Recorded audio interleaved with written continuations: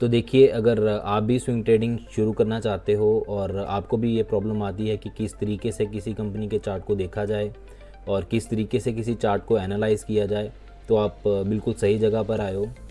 तो वीडियो के स्टार्टिंग में आपको मैं एक गारंटी ज़रूर दे सकता हूँ कि अगर वीडियो को आपने एंड तक देख लिया तो आज के बाद आपको कभी भी किसी स्टॉक को एनालाइज़ करने में प्रॉब्लम नहीं आएगी और इजीली आप उसके चार्ट को देख सकते हो और उसके अकॉर्डिंग आप अपने डिसीजंस ले सकते हो। जो बिगिनर्स हैं उनके लिए मैं बता दूं, ये एक ट्रेडिंग व्यू का चार्ट है। मतलब ट्रेडिंग व्यू एक हमारा सॉफ्टवेयर है या एक प्लेटफॉर्म है जहां पर आप स्टॉक को सर्च कर सकते हो और उसके बारे में आप देख सकते हो कि क्या क्या कंपनीज़ हैं, क्या क्या कंपनीज़ के अंदर हो रहा है। मैं बेसिकली ट्रेडिंग व्यू यूज़ करता हूँ, आप और भी प्लेटफॉर्म यूज़ कर सकते हो जो आपको अच्छा लगे। तो कंपनी का नाम हम यहाँ पे डालेंगे। मैं अभी एनालाइज़ करने वाला हूँ L&T फाइनेंस। तो ये मेरे सामने एक चार्ट आ चुका है, एक पूरी कंपनी का चार्ट आ गया है। तो जैसे ही किसी कंपनी के चार्ट को एनालाइज़ करना है तो सबसे पहले एक अप्रोच बहुत ज़रूरी होती है जिसका नाम है top down approach. Top down में हम क्या करते हैं कि एक चार्ट के अंदर पूरा उसका बड़ा टाइम फ्रेम से उसको शॉर्ट टाइम फ्रेम तक लेकर आते हैं। अभी के टाइम पे मेरे सामने जो अभी चार्ट खुला हुआ है ये डेली टाइम फ्रेम का चार्ट है। कंपनी का नाम है L&T फाइनेंस। तो अभी के टाइम पे टॉप डाउन अप्रोच के अंदर हम सबसे पहले उसका ब्रॉडर व्यू देखते हैं कि लॉन्ग टर्म में और ब्रॉडर व्यू के अंदर क्या हो रहा है। तो इसके लिए हमारे पास ऑप्शन है कि जो बिगिनर हैं उनके लिए खासकर कि यहाँ पे हमारे पास टाइम फ्रेम्स होते हैं जिसे 5 minute, 15 minute, daily, weekly, monthly, इस तरीके के टाइम फ्रेम्स होते हैं। तो मैं यहाँ पे जो टाइम फ्रेम सबसे पहले सिलेक्ट करूँगा दैट इज़ मंथली। मंथली के अंदर हम सबसे पहले मंथली व्यू देखेंगे कि मंथली एक कंपनी के अंदर जो परफॉर्मेंस है, स्टॉक का प्राइस किस तरीके से किस डायरेक्शन में जा रहा है। तो उस तरीके से हम पहले ब्रॉडर व्यू देखेंगे। अब इस चार्ट के अंदर अगर आप ध्यान से देखो कि क्या हो रहा है, अभी के टाइम पे करंटली स्टॉक का प्राइस चल रहा है 205 रुपये एंड इसको मैं थोड़ा छोटा कर देता हूँ। तो आप एक देख सकते हो कि इसके अंदर एक प्राइस एक डायरेक्शन से एक बॉटम बना के और ऊपर से दोबारा एक कप पैटर्न के अंदर आ चुका है। तो जैसे मैंने स्टार्टिंग में बोला कि कुछ पैटर्न से और या कुछ इंडिकेटर से इसको आप अभी रीड नहीं कर सकते हो, सबसे पहले आपको ब्रॉडर व्यू देखना ही पड़ेगा।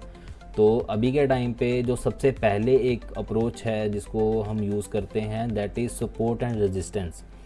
और कईयों के लिए ये बहुत नॉर्मल चीज़ होगी, लेकिन सपोर्ट एंड रेजिस्टेंस बहुत ही ज़्यादा मेजर यूज़ होते हैं और उसको आप कभी भी निगलेक्ट मत करिए अगर आप टेक्निकल एनालिसिस कर रहे हैं तो।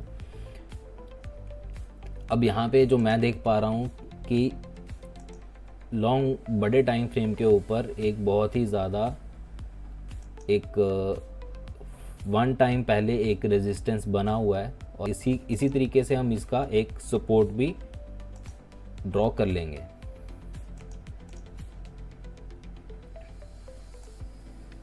अब देखिए कि चीज़ें किस तरीके से यूज़ हो रही हैं और किस तरीके से मैं ड्रॉ कर रहा हूँ ताकि आपको भी कल को एनालाइज करते टाइम ये प्रॉब्लम ना आए और इजीली आप इस चीज़ को यूज़ कर सको। तो देखिए मैंने सपोर्ट, इसको मैं नाम दे देता हूँ।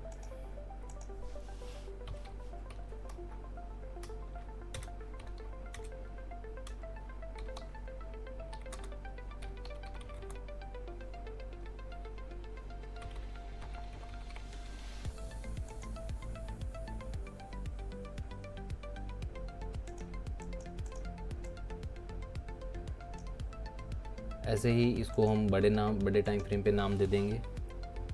मैंने नीचे नाम दिया है लॉन्ग टर्म का जो सपोर्ट है, लॉन्ग टाइम से जो चला हुआ है, और ऐसे ही long term resistance.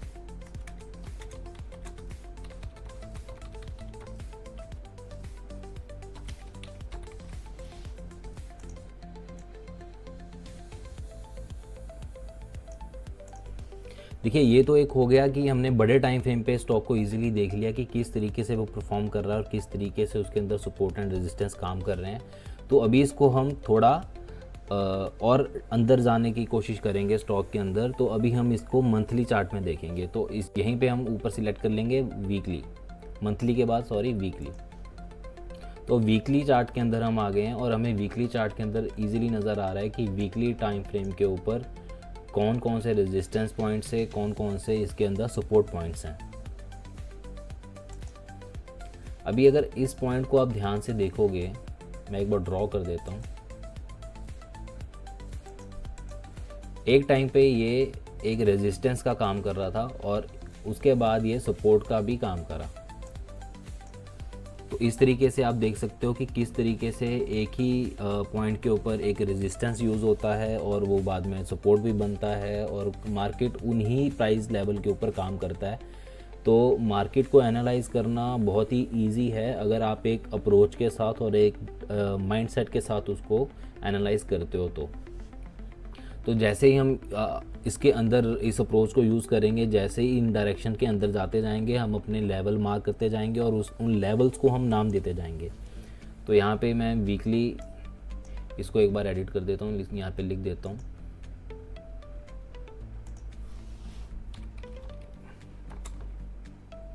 Weekly support.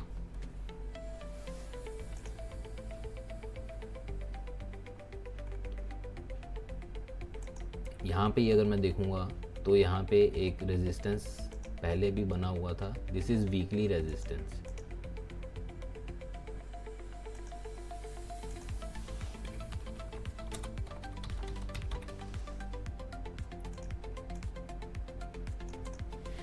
देखिए ये चीज़ें बहुत ज़रूरी हैं। अगर आप इसको नाम नहीं रखोगे या कुछ यहाँ पे लिखोगे नहीं तो आपको याद नहीं रहेगा कि आपने क्या रिसर्च करी है, क्या आप इसके बारे में देख रहे हो। तो ये साथ साथ आप लिखते जाओ तो काफ़ी ज़्यादा इजी रहेगा। अभी वीकली हमने एक बार लिख लिया है, तो अभी इसके बाद हम डेली टाइम फ्रेम पे आएंगे।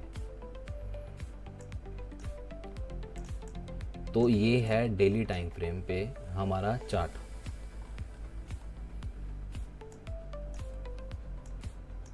तो यहाँ डेली टाइम फ्रेम के अंदर हम इजीली देख पा रहे हैं कि स्टॉक के अंदर क्या हो रहा है, क्या क्या पैटर्न बन रहे हैं और क्या क्या किस किस लेवल पे प्राइस ने ब्रेक करा है, वो इजीली हम यहाँ पे देख पा रहे हैं। तो अभी जो बिगिनर्स होंगे उनको नहीं दिख रहा होगा, मैं अभी जैसे जैसे ड्रॉ करूँगा तो आपको समझ आएगा कि क्या क्या अभी इस प्राइस के अंदर डायरेक्शंस बन रही हैं एंड क्या क्या इसके अंदर चीज़ें अभी यूज़ हो रही हैं। तो मैं साथ साथ शुरू करता हूँ।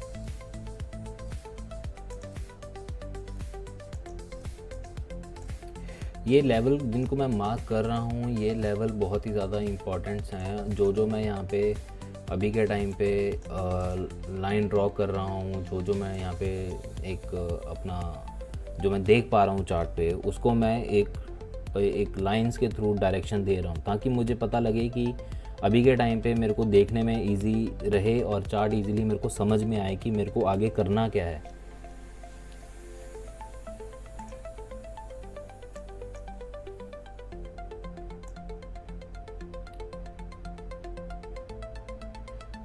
देखिए ये अभी जो बिगनर्स होंगे उनको नहीं समझ आ रहा होगा, ये एक टूल है। इस टूल को मैंने यहाँ पे ऑलरेडी रखा हुआ है, इसको कर्व बोलते हैं। तो ये एक कर्व हमें दिखाता है कि एक कर्व किस तरीके से यूज़ हो रही है किसी भी पैटर्न के अंदर, वो एक कर्व जो बना रहा है। तो ये बहुत ही इंपॉर्टेंट होता है स्विंग ट्रेडिंग के अंदर। तो ये जो हम पैटर्न यहाँ पे बना रहे हैं, एक कर्व टूल को यूज़ करके बना रहे हैं।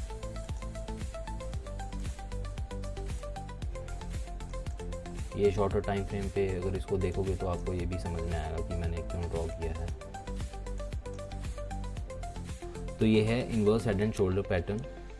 तो इस पैटर्न के अंदर हमारे पास ये स्टॉक हमें दिख रहा है कि किस तरीके से ये अभी मूव कर रहा है। तो अभी अगर आप ध्यान से देख पाओगे तो ये जो स्टॉक का प्राइस है, ये इसने एक ऑलरेडी यहाँ पे पहले एक शोल्डर बनाया तो ये इसका पूरा एक हेड है। तो इस हेड के अंदर इसने ये हमें ये दिखाता है कि किस तरीके से यहाँ पे कंसोलिडेशन हुआ है एक प्राइस एक लेवल पे। तो अगर इसके बाद इसने एक और दोबारा से डायरेक्शन ली है, इसको भी हम एक शोल्डर बोल सकते हैं। ये बहुत ही छोटा है लेकिन ये स्टिल जस्टिफाइड है। तो एक और शोल्डर है और इसके बाद प्राइस ने अगेन ये जो वीकली रेजिस्टेंस था इसको फिर से ब्रेक करा और इसके ऊपर गया है और उसके ऊपर 209 एंड 200 के बीच के अंदर के टारगेट्स के अंदर अभी ये चल रहा है। तो अभी के टाइम पे अगर हमें यहाँ पे ट्रेड लेना हो तो आप क्या बताओगे कि ये ट्रेड लेना इजी है? मतलब आपको क्या लगता है ये ट्रेड लेना चाहिए या नहीं लेना चाहिए? तो अगर मेरे से पूछोगे तो अभी के टाइम पे मैं इस प्राइस के अंदर कोई ट्रेड नहीं लूँगा, बिकॉज़ हमने ऑलरेडी इस चीज़ को देख लिया है कि मंथली टाइम फ्रेम पे ये लॉन्ग टर्म का रेजिस्टेंस है। तो हम ट्रेड कहाँ पर लेंगे? या तो इसके ब्रेकआउट पे लेंगे। अगर डेली टाइम फ्रेम पे हम देखें तो जैसे इस ब्रेकआउट को ये जो हमारे पास लेवल आ रहा है वो 214 रुपये का है जो रेजिस्टेंस का काम कर रहा है। अगर इसे हम लॉन्ग टर्म पे देखें पीछे जाके तो हमें दिखेगा कि 214 रुपये के ऊपर ही ये प्राइस पहले भी रहा था। इसको मैं एक बार टैग कर देता हूँ।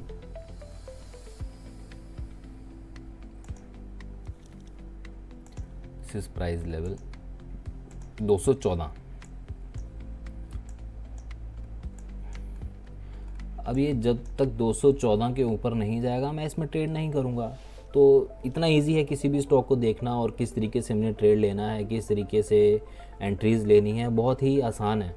तो इसे जितना हम कॉम्प्लिकेट करते जाएंगे, जितने इंडिकेटर्स यूज़ करेंगे, जितना एक और स्ट्रेटजीज़ को यूज़ करेंगे, वो काम आने वाला नहीं है। जब तक आप एक बेसिक लेवल पे चीज़ों को अच्छे से नहीं अडेप्ट करोगे तब तक चीज़ें सही नहीं होंगी। जितना मर्जी आप इंडिकेशंस को यूज़ कर लो, जब आपको एक रेजिस्टेंस एंड सपोर्ट ही पहले समझ में नहीं आ रहा है कि कहाँ पे मेरे को ट्रेड करना है, कहाँ ट्रेड नहीं करना है, तब तक हम उसके अंदर पार्टिसिपेट नहीं कर सकते। अभी डेली टाइम फ्रेम पे तो हमने देख लिया, अभी इसको और भी इसके अंदर हम जा सकते हैं जिसे हम 4 आवर टाइम फ्रेम पे बोल सकते हैं। तो ये 4 आवर का टाइम फ्रेम है। यहाँ पे मैं इसको थोड़ा ठीक कर देता हूँ।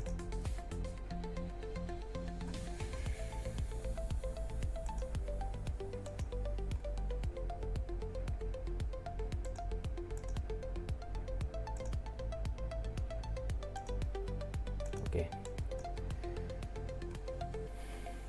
तो ये 4 आवर के टाइम फ्रेम पर हम आ चुके हैं। 4 आवर के अंदर आओगे तो आपको चीज़ें और क्लीन और शार्प और उस चीज़ को आप अच्छे से ड्रॉ कर सकते हो और उसके अंदर आप इजीली देख सकते हो कि प्राइस एक्चुअली किस किस लेवल से, किस किस पॉइंट से, अभी जैसे मैंने ये ड्रॉ करा तो आपको दिख रहा होगा कि ये कर्व इसके बाहर जा रही है। तो आप इस चीज़ को हटा के दूसरी कर्व यूज़ कर सकते हो। ये है डबल कर्व। ये भी एक तरीके का टूल है जिसे आप डबल कर्व के अंदर यूज़ करते हो। ये तब होता है जब कोई कॉम्प्लेक्स या प्राइस एक ऐसे रेंज में जा रहा हो जहाँ पे आपको ड्रॉ करना बहुत ही मुश्किल होता है। तो यहाँ पे आप इसको इजीली यूज़ कर सकते हो। तो देखिए मेरे को एक एक पॉइंट से, एक एक लेवल से इस चीज़ को मैच करना है। देखिए मैंने यहाँ पे भी इसको मैच करा, यहाँ भी इसको मैच करा। अभी जितने लेवल से इसको मैं मैच करूँगा उतना मेरे लिए बेटर होगा।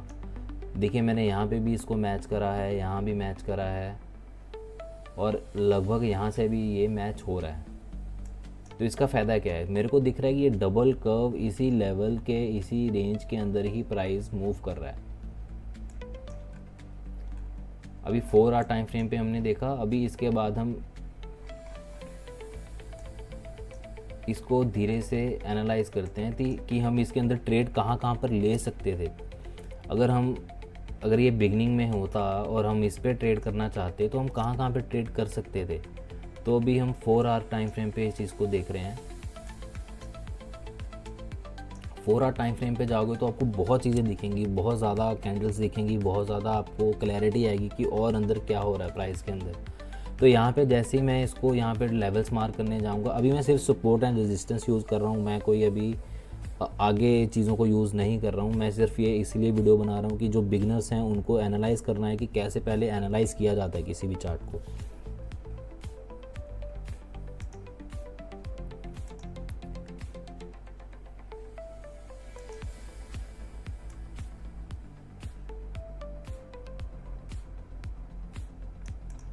देखिए 4 आवर टाइम फ्रेम पे भी आपको एक रेजिस्टेंस दिखा या नहीं दिखा, कमेंट करिए और बताइए कि आपको रेजिस्टेंस दिखा या नहीं दिखा। मुझे तो दिखा है, यहाँ पे एक और रेजिस्टेंस है। अगेन ये हमारा पुराना सपोर्ट है, यहाँ पे भी आपको एक रेजिस्टेंस दिखा है। तो जब जब प्राइस इसके पास होगा तो आप ट्रेड करोगे? नहीं करोगे। आप ट्रेड तब करोगे जब प्राइस इसके ऊपर निकलेगा, जैसे कि यहाँ पर निकला, यहाँ पर निकला, लेकिन वो वहाँ पे स्टेबल नहीं रहा, फिर से वापस आया, तो आप फिर से यहाँ पे एक स्टॉप लॉस के साथ या जिस कैंडल ने ब्रेकआउट दिया था उस कैंडल के लो के साथ आप स्टॉप लॉस को रख के चल सकते थे और इजीली इससे आप एग्जिट भी ले सकते थे। अगर हम बिना चार्ट को देख के ट्रेड लेते तो यहाँ पे ये प्राइस एक बार नीचे जाता, हमें पता ही नहीं है कि हमने कहाँ पर एग्जिट करना है, और प्राइस और नीचे आएगा तो हम उस स्टॉक को होल्ड करके रखे रहेंगे महीना, 2 महीना, 3 महीना, जब तक वो प्राइस ऊपर नहीं जाएगा। तो अभी 4 आवर टाइम फ्रेम पे आपको एक चीज़ दिखी कि एक रेजिस्टेंस है, और उसके बाद अगर यहीं पर आते हो तो अगेन आपको एक और चीज़ दिखेगी। इसको मैं दोबारा से दिखा देता हूँ। ये मुझे यहाँ पे नज़र आ रही है, हो सकता है आपको भी नज़र आए। So this is also a curve. यहाँ पे अगेन आप देखोगे तो आपको एक और कर्व नज़र आएगी जो कि इस तरीके से बनी हुई है। ये भी यहाँ पे भी मुझे डबल कर्व ही यूज़ करनी पड़ेगी क्योंकि ये भी थोड़ा कॉम्प्लेक्स तरीके से चला हुआ प्राइस है यहाँ पे। अगेन हम उसी तरीके से इस कर्व को यूज़ करेंगे और लेवल्स को ड्रॉ करने की कोशिश करेंगे।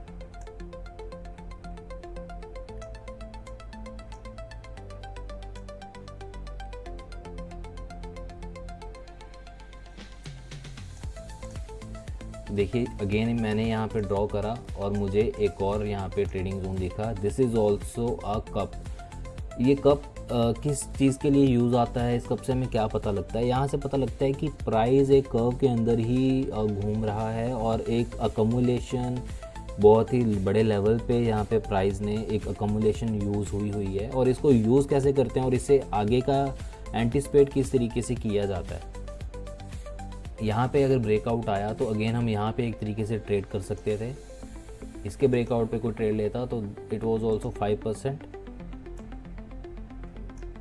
ये इंट्राडे एंड तो पोजीशनल ट्रेड हो सकता था आपका। और अगेन मैं यहाँ से एक बार दिखाऊं कि किस तरीके से ये यूज़ होता है। ये छोटे टाइम फ्रेम पे जो बनता है इसको आप इंट्राडे एंड 2 से 3 दिन के लिए यूज़ कर सकते हो, ज़्यादा इसको यूज़ नहीं कर सकते हो। बड़े टाइम फ्रेम पे मैं बताता हूँ ये किस तरीके से यूज़ होगा। तो यहाँ पे अगर आप देखोगे तो इसको यूज़ करने के लिए हम इस जो पैटर्न ये जो बनता है इसके बॉटम से लेके इसका जो हेड है वहाँ तक को मेज़र करते हैं। एक जो आपका जो हेड बना हुआ है, इसको कब भी बोल लो या एक हेड बोल लो, जो बना हुआ है उसका बॉटम एंड उसका टॉप को हम मेज़र करते हैं कि किस लेवल तक प्राइस मूव हुआ है और उसकी डेप्थ कितनी है। तो यहाँ पे मैं देख पा रहा हूँ तो 49% यहाँ पे जो दिखा रहा है। अगेन इससे मैटर नहीं करता, हम इस चीज़ को इसके हेड पे रखेंगे दोबारा से और यहाँ से आगे की जो विड्थ है उसको हम यूज़ करेंगे, जो कि निकल के आ रही है ये। तो इस लेवल को हम यहाँ से मार्क कर सकते हैं इस तरीके से।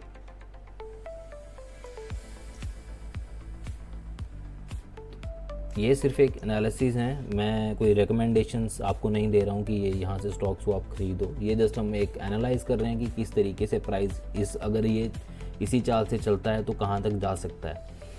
तो यहाँ पे अगर हम देख सकें तो हमें दिख रहा है कि अभी प्राइस अगर इस रेजिस्टेंस को ब्रेक करता है तो उसके बाद नेक्स्ट जो हमें इस ये जो हमारा पैटर्न बना हुआ है जिसको हेड बोलते हैं हम, ये हेड हमारा इन्वर्स हेड जो बना है इसकी विथ 33% इस प्राइस के अकॉर्डिंग अभी निकल कर आ रही है, जो कि 213 लेवल के ऊपर अगर जाता है तो और अच्छे से यहाँ तक प्राइस जा सकता है। हम इस तरीके से प्राइस को एंटीसिपेट कर सकते हैं। तो ये तो हो गई बड़े टाइम फ्रेम की बात। अगर अभी हम इसको और शॉर्टर उस पर लेकर जाएं तो हम देख सकते हैं कि अभी हम इस पे आते हैं एंड हमने 1 आवर तक इसको एनालाइज करना था।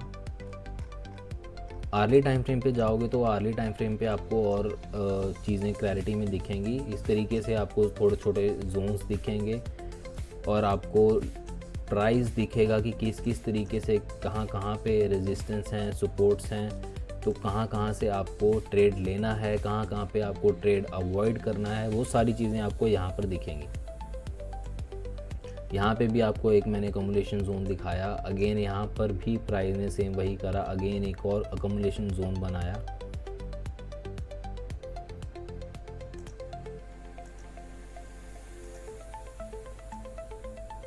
जो था ये जो मैंने आपको ऊपर यूज़ करके दिखाया है, सेम अगर इसी टूल को हम यहाँ पे भी यूज़ करें तो देखते हैं कि प्राइस अकॉर्डिंगली सेम मूव हुआ या नहीं। हम इसके हेड तक इस प्राइस को लेके जाएंगे। सो ये हमारा एक हेड था, ये इसकी विड्थ थी जहाँ तक प्राइस गया था, और इसको इजीली हम इसके ऊपर ले जाएंगे। तो जैसे ही हम यहाँ पे ऊपर लेकर आते हैं तो हमें यहाँ पे दिख रहा है कि 12% का लेवल निकला। एंड देखिए ये सारी बात होती है एक्सपीरियंस की। अगर हम जैसे जैसे चीज़ों को ड्रॉ करेंगे, जैसे जैसे हम चीज़ों को देखेंगे, हमें एक्सपीरियंस से पता लगता है कि प्राइस किस तरीके से काम करेगा, और ये लेवल्स एक्चुअल में वर्क करते हैं। आपको लोग जितना मर्जी बोलें कि आप इंडिकेटर्स यूज़ करो, वो चीज़ें यूज़ करो, ये लेवल्स इस तरीके से काम करते हैं। जितना आप एक्सपीरियंस इस चीज़ में लगाओगे आपको धीरे धीरे समझ में आएगा। तो जैसे मैंने यहाँ पे ड्रॉ करा है, हमें दिख रहा है कि प्राइस यहाँ पे अगेन 12% एग्जैक्ट उसी लेवल से उतनी ही उसकी जो विड्थ थी वहाँ से ऊपर गया। 12% का यहाँ पे अगेन मूव देकर गया और एग्जैक्ट उसी जोन से वापस आया। तो इतना ईजी है इस तरीके से ट्रेड करना। तो अब दोबारा हम देख पा रहे हैं कि अगेन यहाँ पे भी एक कप बना था। अगर इस कप को भी आप अच्छे से ड्रॉ करोगे तो आपको चीज़ें यहाँ पे भी नज़र आएंगी। तो यहाँ पर मैं देख पा रहा हूँ कि अगेन ये जो कप बना था, अगर इसको भी आप मेज़र करने जाओगे तो यहाँ पे भी आपको चीज़ें नज़र आ जाएंगी। अगेन मैं इसका हेड को यूज़ करूँगा और अगेन एक लाइन ड्रॉ करूँगा, तो ईज़िली यहाँ से मैं देख पाऊँगा इसको अपर साइड पे लगा के। तो यहाँ से जो लेवल निकल के आ रहा है ये 212 का आ रहा है। तो इस तरीके से टॉप डाउन अप्रोच को हम यूज़ करते हैं कि एक ऊपर से लेके नीचे तक हमारे अंदर कौन कौन से जोन्स बन रहे हैं, क्या क्या अभी के टाइम पे हो रहा है। और करंटली अगर हम अभी प्रेजेंट सिनेरियो की बात करें तो हमारे पास प्रेजेंट सिनेरियो सिर्फ ये नज़र आ रहा है। हमने प्राइस को अगर स्विंग ट्रेडिंग के अंदर यूज़ करना है, हार्डली हम 30 डेज़ 40 डेज़ यहाँ तक प्राइस को होल्ड करेंगे। यहाँ पे ये जो जोन हमें नज़र आ रहा है ये एक साइडवेज जोन है। इस जोन को अगर हम और इसको टाइम फ्रेम को और डाउन में जाएं तो अभी मैं 15 मिनट पे चलता हूँ तो आपको इजीली और चीज़ें नज़र आएंगी। ये हमारा लॉन्ग टर्म का रेजिस्टेंस है, हमें दिख रहा है कि ये लॉन्ग टर्म का रेजिस्टेंस है, लेकिन अभी प्राइस इस रेजिस्टेंस के अंदर ही है। तो रेजिस्टेंस के अंदर मैं इस टाइम फ्रेम को एक बार यहाँ से भी अपने सिंपल जो मैं support and resistance he use करूँगा, इसके अलावा अभी कुछ मैं यूज़ करने वाला नहीं हूँ। तो यहाँ पे अगेन हम एक लेवल को यूज़ करते हैं। ये हमारा एक हम उन लेवल्स को ज़्यादा प्रेफर करेंगे जहाँ पर प्राइस बहुत बार उस जोन में गया, उस लेवल को टच किया और वापस आया, तो उस चीज़ को ज़्यादा कंफर्मेशन के लिए यूज़ किया जाता है, तो उसको ज़्यादा अच्छा माना जाता है। तो यहाँ पे ये एक यहाँ पे 15 मिनट टाइम फ्रेम पे ये एक रेजिस्टेंस जोन आया। 1 2 3 3 बार ये इसी जोन को टच करके वापस आ चुका है। और ऐसे ही हम शॉर्टर टाइम फ्रेम पे देखेंगे, ये हमारा एक नीचे का जोन आ गया जिसको हम सपोर्ट बोलते हैं। तो यहाँ पे ये सपोर्ट आ गया है, तो इस सपोर्ट पे प्राइस यहाँ पे चल रहा है और एक ऊपर साइड दिख रहा है। तो इस जोन के अंदर तो हम ट्रेड करेंगे नहीं। जब तक ट्रेड अगर हमें करना भी होगा तो हम ट्रेड कहाँ पर करेंगे। हमें यहाँ पे नज़र आया कि पहले एक ऑलरेडी यहाँ पे सपोर्ट बना हुआ है। मैं इसको और मार्क कर देता हूँ ताकि आपको क्लियरली दिखे। These are the Jones.